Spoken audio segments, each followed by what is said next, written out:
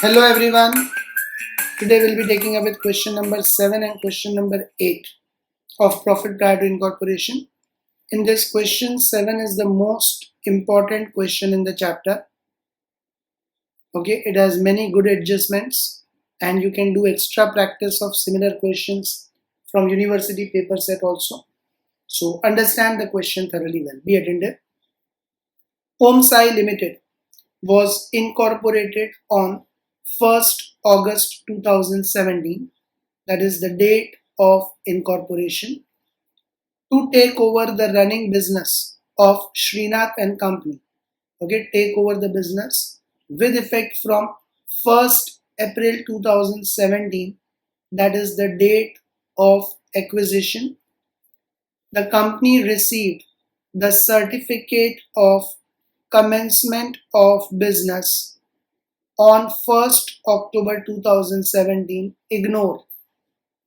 Okay, certificate of commencement I discussed in the beginning of the chapter itself has no relevance in finding the time ratio. So ignore the certificate of commencement date. The following is the profit and loss account prepared for the year ended 31st March 2018, that is the date of year ending. So from this we will get our time ratio. Now in this profit and loss account we have to do two markings in green letters where it will come in P&L statement, and in blue letters which ratio will be adopted for basis of allocation. Office salaries will come in employees benefit expense and the ratio will be time basis. Advertisement expense will be selling expense and the ratio will be sales basis. Printing and stationery will be administrative expense and the ratio will be time basis. General expenses will be miscellaneous expense and the ratio will be time basis. Office rent will be administrative expense and the ratio will be time basis. Electricity charges, administrative expense and ratio time basis. Auditors fees, administrative expense, ratio time basis. Directors fees, administrative expense, ratio actual will take entire amount in post incorporation period. Bad debts, selling expense, ratio, if nothing is given, sales basis, but will take the additional information into consideration later on. Commission on sales, selling expense, sales basis. Preliminary expenses, miscellaneous expense, actual basis, it will be taken in post incorporation period. Debenture interest, finance cost and actual basis post incorporation period. Depreciation and amortization and time basis. And net profit we don't take into consideration, we find our own net profit. Gross profit, revenue from operations and sales basis.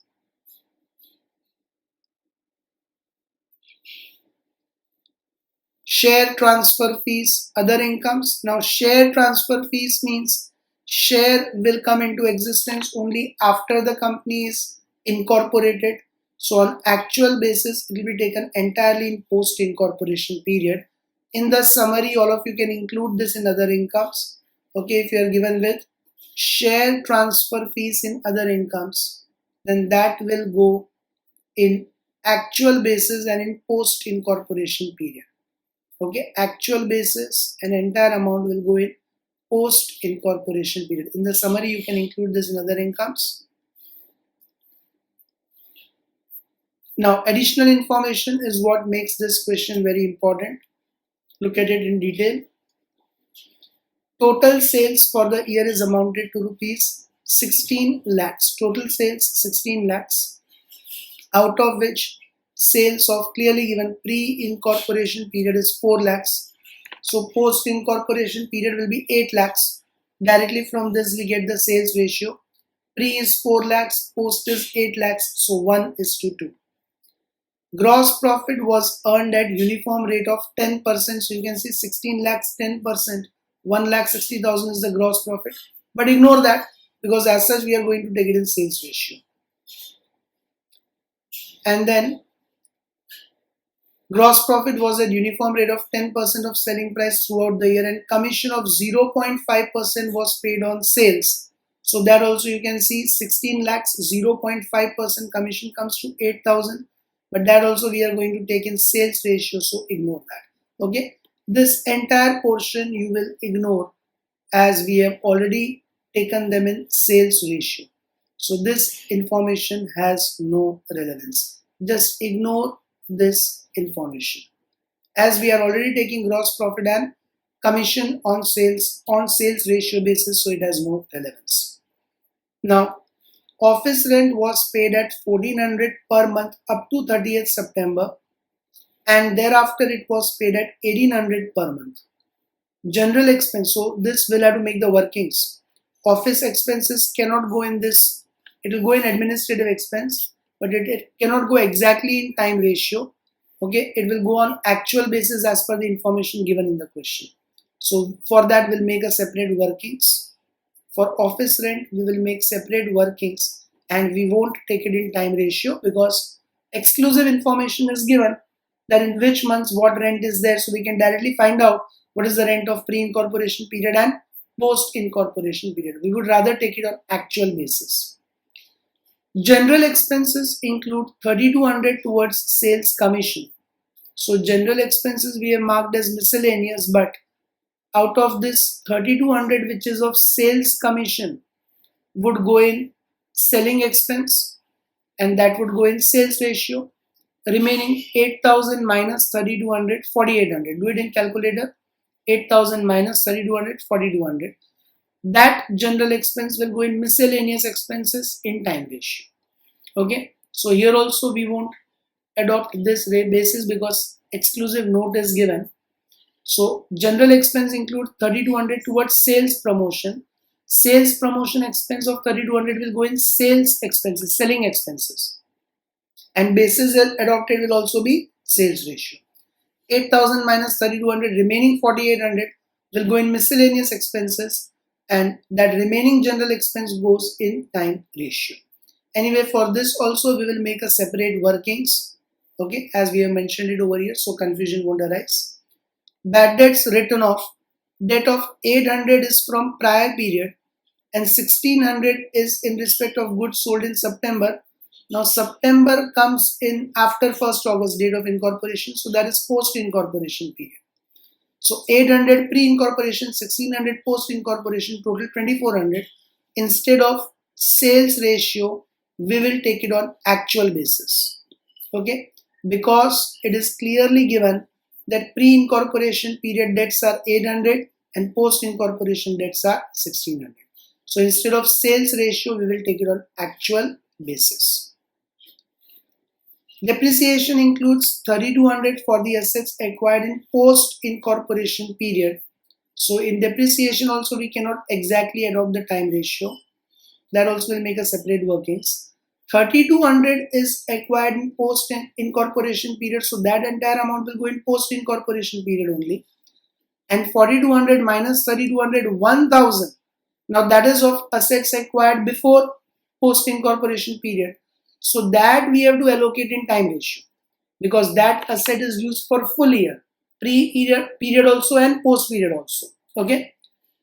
Don't misunderstand that out of 4,200, 3,200 is post, so 1,000 is pre. That is wrong. I repeat. Listen to that once again very carefully. Out of 4,200, 3,200 of assets are acquired in post-incorporation period, so that is definitely post. But that does not mean the remaining 1,000 is pre. Understand the reason. If you have acquired any asset in April, okay, that is this 1,000 is the asset depreciation of asset acquired in April, suppose. Then you are using it in April, May, June, July, August, September, October, November, December, January, February, March, all 12 months.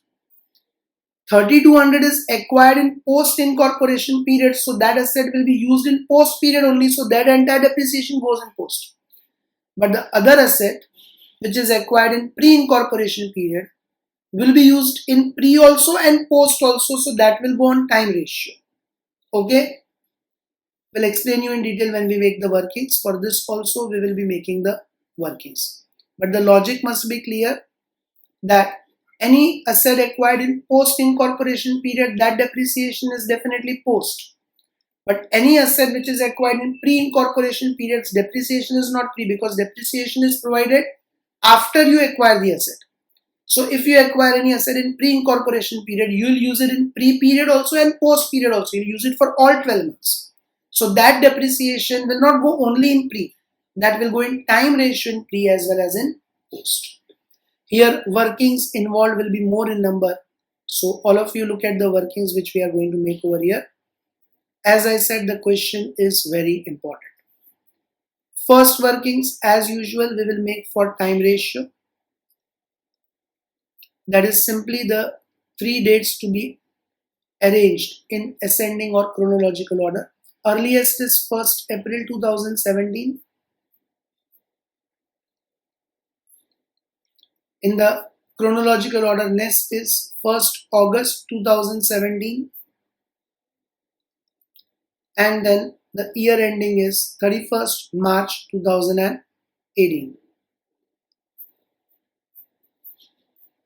So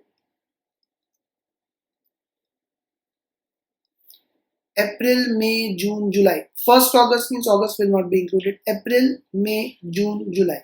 April, May, June, July.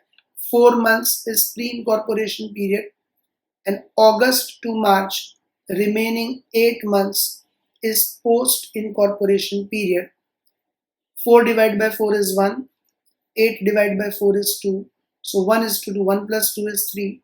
1 by 3 and 2 by 3 is the time ratio. Second workings will be of sales ratio. Now in sales ratio, we always write all the months starting from April, May, June, July, August, September, October, November, December, January, February, March.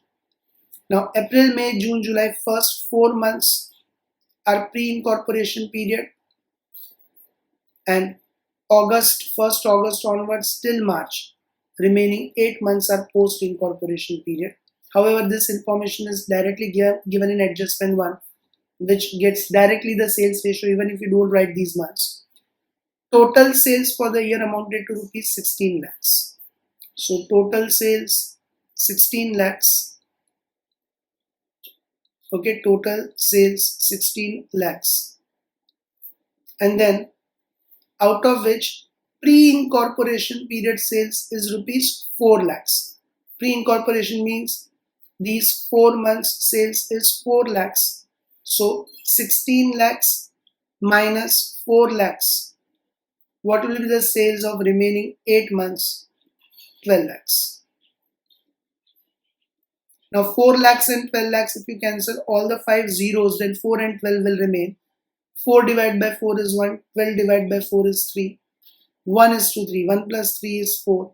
So 1 by 4 and 3 by 4 is the sales ratio.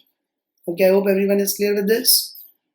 Now, third workings we will make for this second adjustment of office rent. Okay, third workings we will make from the second adjustment for office rent. Now, office rent, all of you again first write all the months: April, May, June, July, August, September, October, November, December, January, February, March. In which pre-incorporation period is April, May, June and July, 4 months. And August to March, 8 months is post-incorporation period. Now read this adjustment. What is it given to you? Office rent was paid at 1400 per month up to 30th September. Up to 30th September means April is 1400. Up to 30th September the rent is 1400. April, May, June, July, August and September the rent is 1400. And October onwards, after that it was increased to 1800 per month. So October onwards the rent is 1800 per month. October, November, December, January, February and March, it is 1800 per month. So what is the pre-incorporation period's rent? 1400 into 4, 5600. And what is the post-incorporation period's rent? 1400 into 2, 2800 plus 1800 into 6. 1, 2, 3, 4, 5, 6. That is 10,800. So 2800 plus 10,800, 13,600. Okay, and you can see 13,600 plus 5,600, 19,200 is the total rent given over here. So we won't take it on time ratio, we'll take it on actual basis. An actual basis as per the working note 3. Pre-period's actual rent 5,600, post-period's actual rent 13,600. I hope everyone is clear with this working. Crispy, clear, because all are directly given. First 4 months rent is directly 1400, and out of the remaining 8 months, 2 months rent is 1400 and 6 months rent is 1800. Fourth workings, again from the same note, note number 2, will make for this general expenses. Okay, fourth workings will make for this general expenses.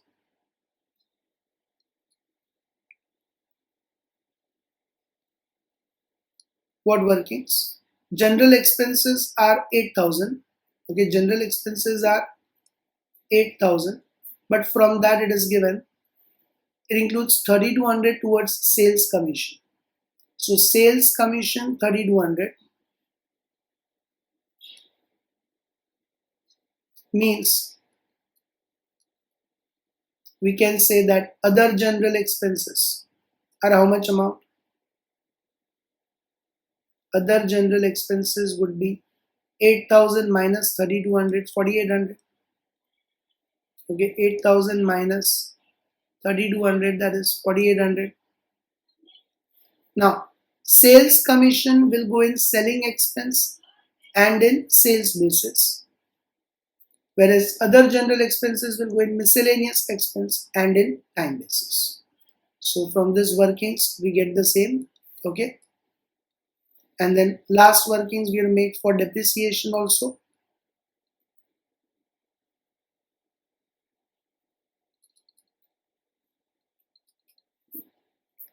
Depreciation, what is the information given? 3,200 for the assets acquired in post incorporation period.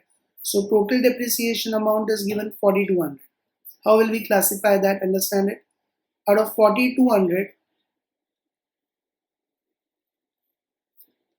it is clearly given that adjustment for 3,200 are for the assets acquired in post incorporation period. So 3,200 is definitely post. Okay. Now the asset remaining depreciation of 1,000. Remaining depreciation of 1,000. Understand this. This cannot be considered P. Why? If you consider April, May, June, July, August, September, October, November, December, January, February, March, in which first 4 months are pre-incorporation period and remaining 8 months are post-incorporation period. Just I am explaining the logic, you need not write it. 3,200 of depreciation is of post-incorporation period, means you acquired the asset between August to March.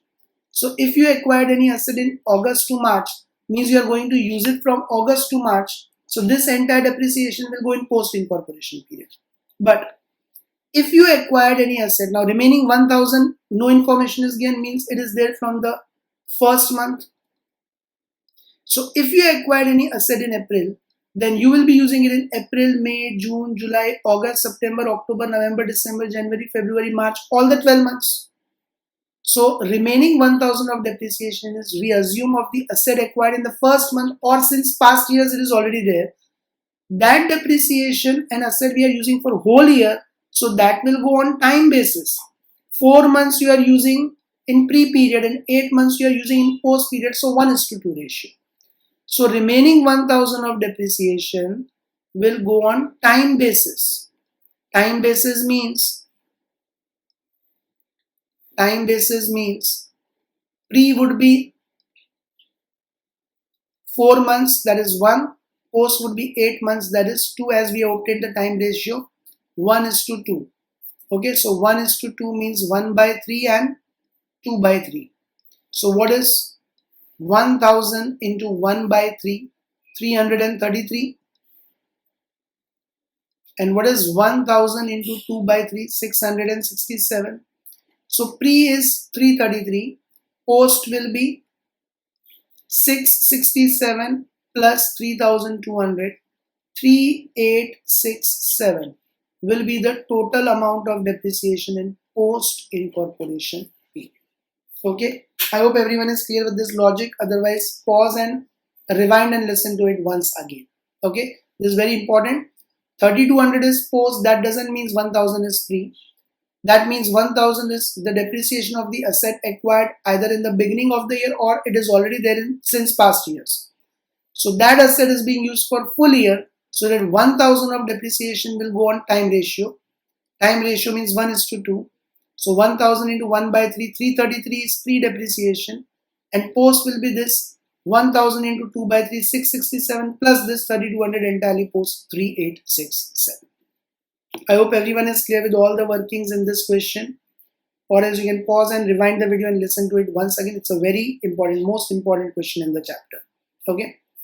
Now all of you make the format of profit and loss statement. You already know the format of profit and loss statement.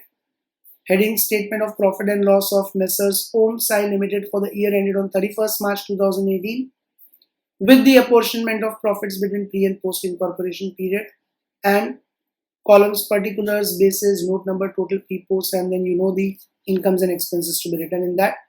Last 4 lectures we have been doing it. So make the format of P&L statement, everyone do it fast, then we'll make the notes.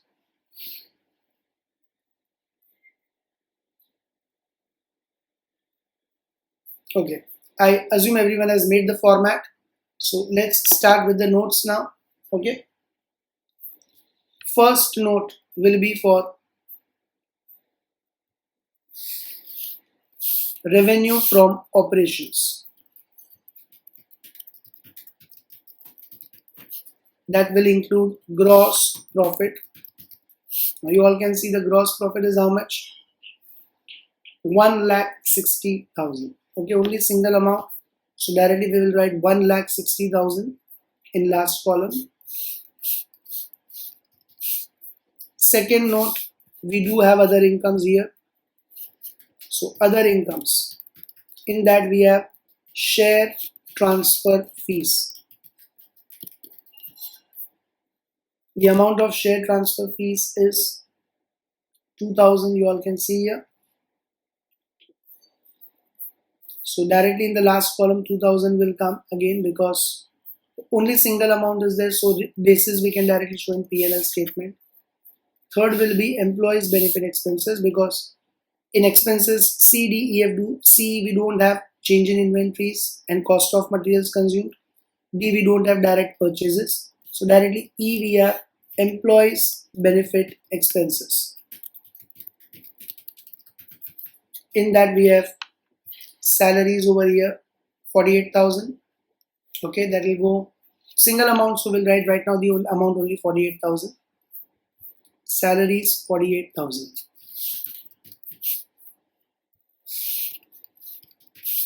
Then C, D, E, F. F stands for finance cost.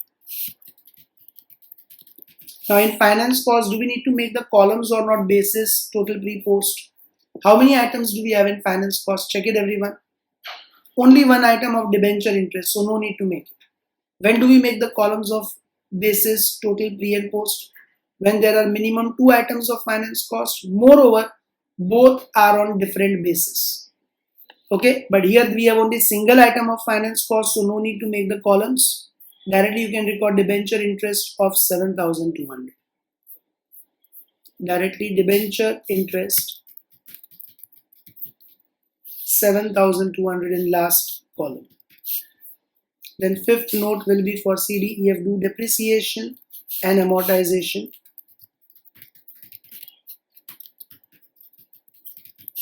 Now here also we have only one item, depreciation. So directly in the last column, and workings we have done for the basis, but last column directly will record the depreciation of 4,200. Right now in the notes, we'll directly record in the last column 4,200. Then C, D, E, F, do. O stands for other expenses.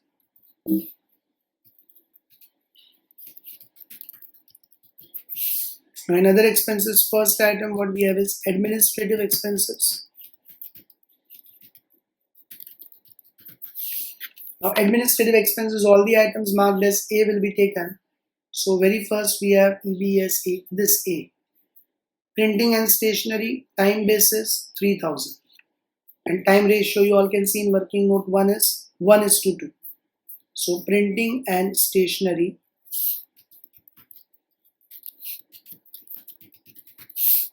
here we'll make the columns. All of you write down basis, total, pre, post. Printing and stationery will go on time basis, which is 1:2. 3000 is the amount. So 3000 into 1 by 3, 1000. 3000 into 2 by 3, 2000. Then after printing and stationery, which is the next item marked as A, this office rent. But office rent we cancelled. Time ratio means we have done this workings. Working note 3 we have done. So it will go on actual basis 5600 and 13600. Okay. Office rent.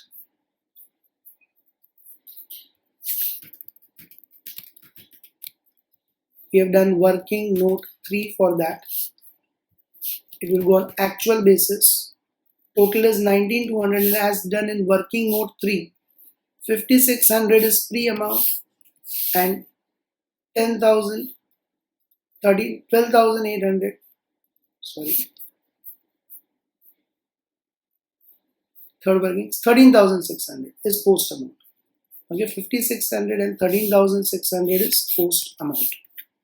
Then after office rent,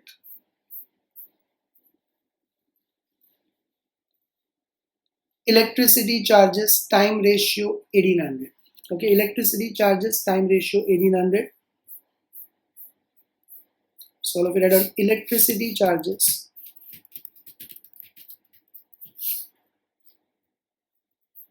Time ratio, that is 1:2. 1800. So 1800 into 1 by 3, 600. And 1800 into 2 by 3, 1200. Then after electricity charges, which is the next administrative expense, auditor's fees, time ratio 1200. Okay, auditor's fees, time ratio 1200. Auditor's fees, time ratio 1:2. 1200. 1200 into 1 by 3, 400. 1200 into 2 by 3, 800. Then after auditor's fees, director's fees, actual means entire amount in post 6000. Okay, director's fees, entire amount will go in post 6000. Director's fees, actual basis 6000. Entire amount will go in post incorporation period. Then after director's fees, do we have any other item marked as A or administrative? No. Okay, after director's fees, there is no other item marked as A. Neither do we have it in workings.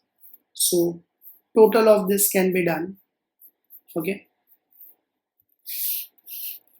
3000 plus 19, 22, 23, 24, 30. 31,200. Then 1,000, 6,000. 7,600. Then 2,000, 15, 16, 22, 23,600. Okay, so these are the total administrative expenses.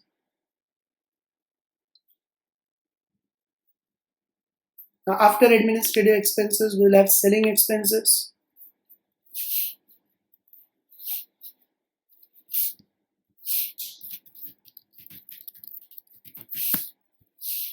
Now in selling expenses, all the items marked as S will be taken into consideration. So very first we have this advertisement expense, 8,800, which will go on sales ratio. Okay, 8,800 and it will go on sales ratio. So selling expense, advertisement expense,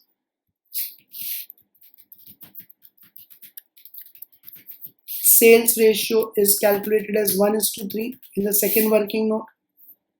You all can see here, sales ratio is done as 1:3. Okay, 8800 is the amount of advertisement. Now 8800 into 1 by 4, 1:3 means 1 by 4, 3 by 4. So 2200 and 3 by 4 is 6600. Then after advertisement expense, which is the next item marked as S, this bad debts. Okay, bad debts we have cancelled from sales ratio to actual ratio. So bad debts,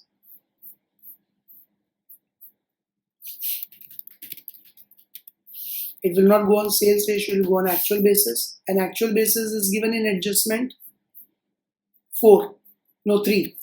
800 is prior period means pre, 1600 is post period in September. So 800 in pre and 1600 in post. Directly from the adjustments we get it. 2400, out of which 800 is pre and 1600 is post.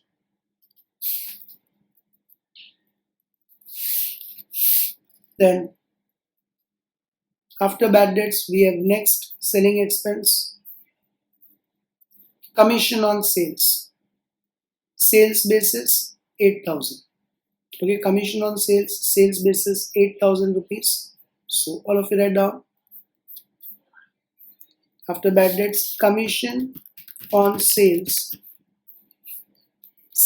basis, that is 1:3, 8,000. 8,000 into 1 by 4, 2,000. 8,000 into 3 by 4, 6,000. Then after commission on sales, okay, preliminary debenture depreciation we don't have.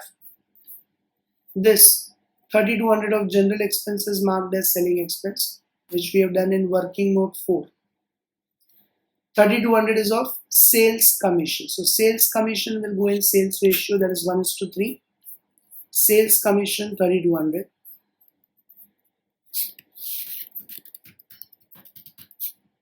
That will again go on sales ratio 1:3. 3,200. 3,200 into 1 by 4, 800. 3,200 into 3 by 4, 2,400. Okay, all the expenses are taken into consideration. So we can do the total now. 8,800 plus 2,400, 8, 10, 18, 21. 22,400. Then 2, 4, 5,800.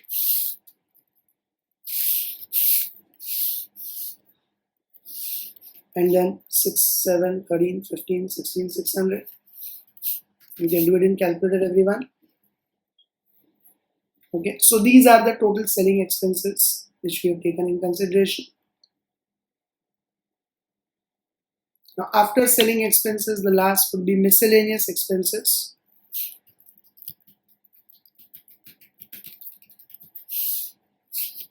Now what all items are marked as M? Look at it in the question. General expenses, here we have cancelled, but here we have written miscellaneous will take 4,800, and we have done the workings also for general expenses, working note 4. 4,800 we have to take on time basis in miscellaneous expense. So general expenses, here in sales commission you can write in bracket working note 4. The details are shown in working note 4. And same way here, other general expenses, working note 4. Okay, it will go on time basis, that is 1:2 and 4,800, as we have done in working note 4. 4,800. 4,800 into 1 by 3, 1,600. 4,800 into 2 by 3, 3,200. Then after general expenses, what do we have in miscellaneous expenses? Preliminary expenses will go on actual basis 3,000. Means entire amount will go in post period 3,000. So preliminary expenses, all of you write down. preliminary expenses,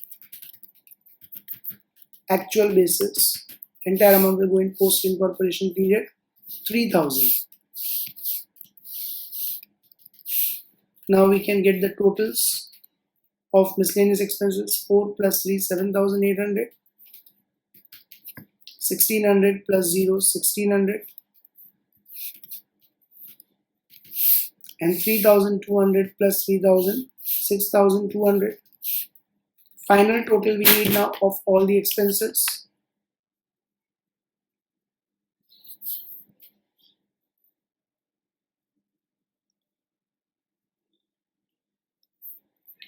$31,200 plus 22,400 plus 7,800. Do it, everyone.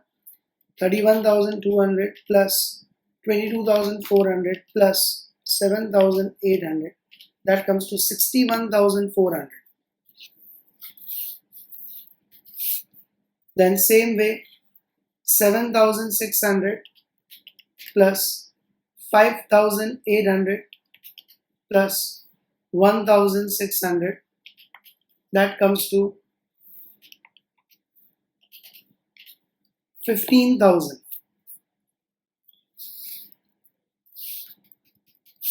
And lastly, 23,600 plus 16,600 plus 6,200.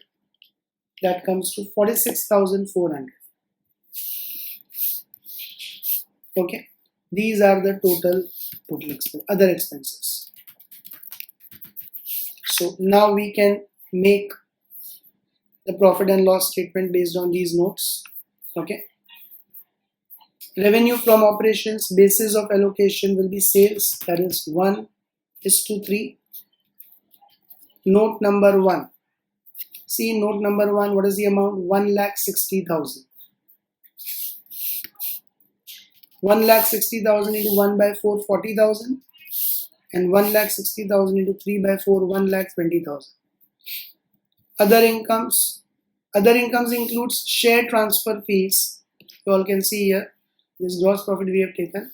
Other income includes share transfer fees. So being share, it will go in entirely post incorporation period, 2,000. So actual basis. Other incomes in this question will take it on actual basis, being share transfer fees.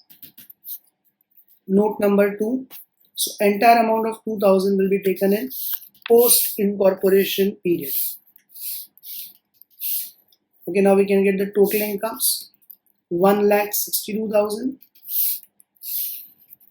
40,000 and 1,22,000. Okay, these are the total incomes. Now, cost of materials consumed not available, direct purchases not available, change in inventory is not available, employees benefit time ratio 1:2. Note number 3, you can see note number 3, employees benefit is 48,000.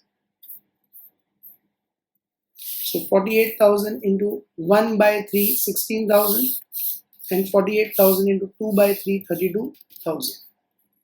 Finance cost here includes which expense? Only one item, that is debenture interest. Being debenture interest, it will go on which ratio? Actual basis in post incorporation period. So finance cost will go in actual basis. Note number 4, the amount is 7,200.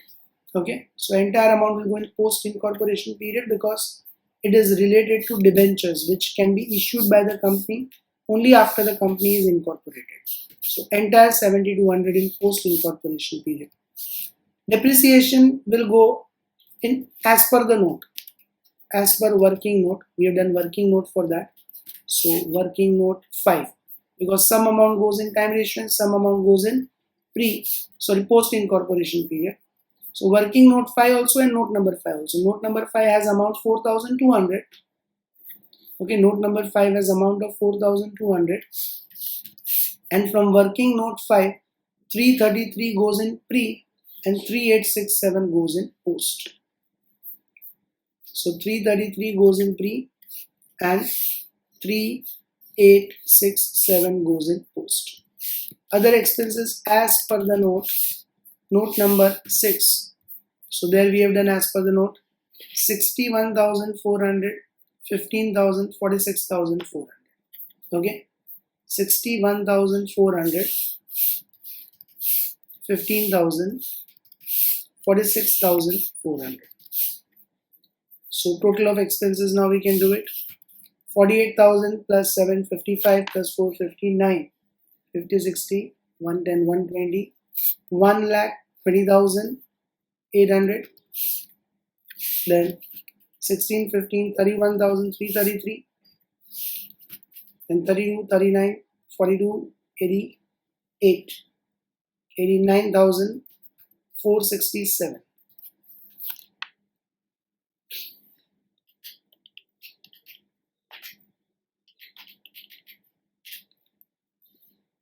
So these are the total expenses. Now, profit before tax, 1,62,000 minus 1,20,800. So that will come to 41,200. Then 40,000 minus 31,333 will come to 8,000. 8667. And 1,22,000 minus 89,467. Okay, 1,22,000 minus 89,467. That comes to 32533. 32533.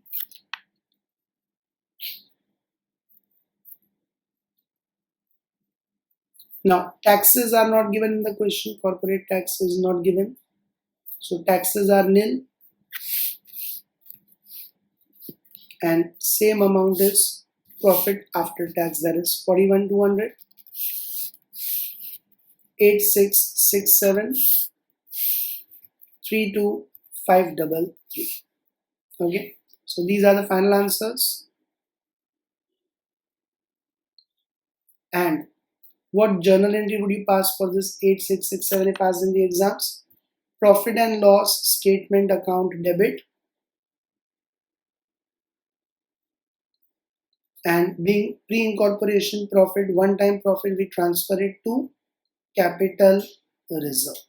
So if at all journal entry is asked in the exams, this journal entry will be passed for, or accounting is asked, then this journal entry will be passed for pre-incorporation profits. Now, question number 8 is very simple. So we will just do the markings and every one of you will be trying this entire question on your own. Very complicated question is already done. So after that, this simple question number 8 you must be able to do on your own. Look at it everyone, be attentive. XYZ Limited was incorporated on 1st August 2018. That is the date of incorporation.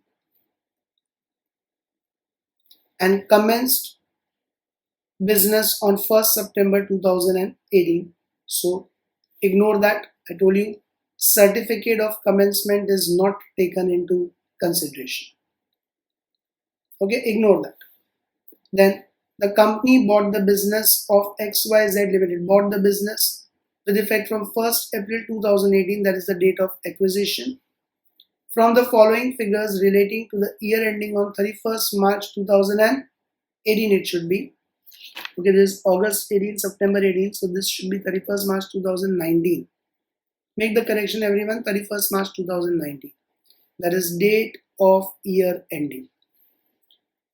Find out the profits available for dividend. Profits available for dividend, we have done this earlier also. Post incorporation profits are the ones which are available for dividend always. Okay, post incorporation profits are the one available for dividends. So that statement you have to write at the end. We have done it in one of the earlier questions also. Which profits are available for dividends? So we have written that statement in one of the previous questions.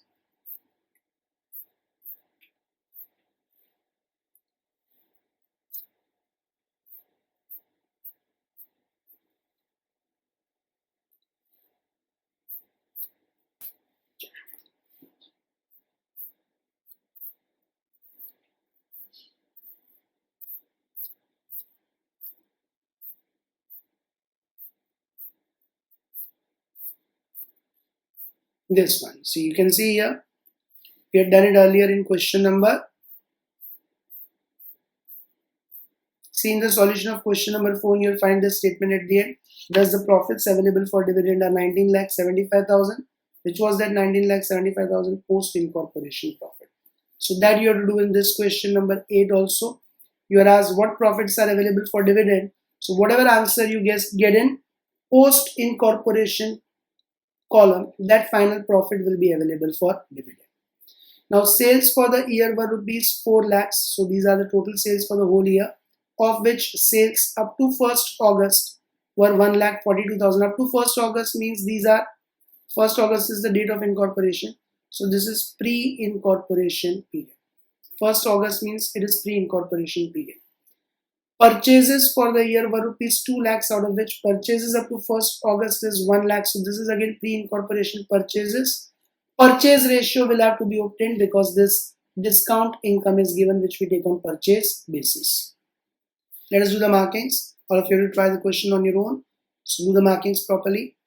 Rent, administrative expense, time ratio. Salaries, employees benefit expense, time ratio.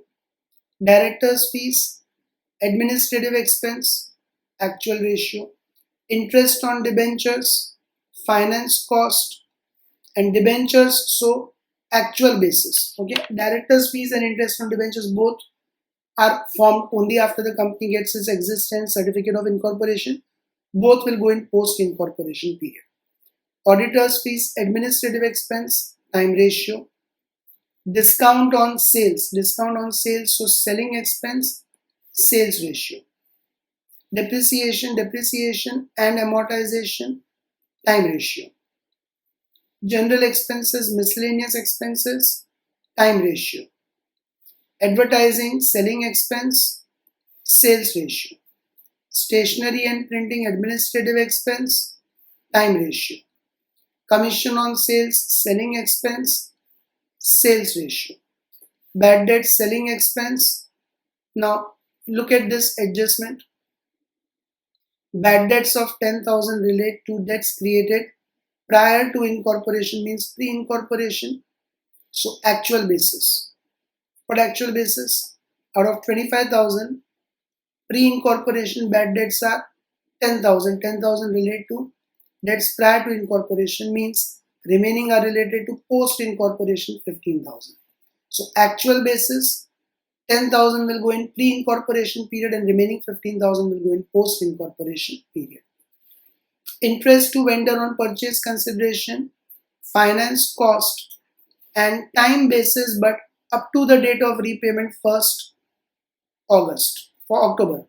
So up to the date of repayment, that is 1st October. You'll make a different working of time ratio up to 1st October. Debenture issue expenses written off. So these are miscellaneous expenses, and written off means debenture related. Okay, debenture related. So it will go in actual basis in post incorporation period. Okay, because it is debenture related expense which will be issued, or debentures will be issued by the company only after the company gets the certificate of incorporation. So debenture issue expenses written off will come, it's like preliminary expense. They will come in miscellaneous expense, but on actual basis they'll go in only in post incorporation period. Provision for tax, directly we will write in P&L statement, and on actual basis tax will also go in post incorporation period. Preliminary expenses written off, miscellaneous expenses, and again actual basis in post incorporation period. Net profit, ignore it, we don't need to take into consideration. Gross profit, revenue from operation and sales basis. Discount received from creditors, other incomes, and purchase basis. Okay, this will go on purchase basis. Therefore, you'll be making the workings of purchase basis over here from second information.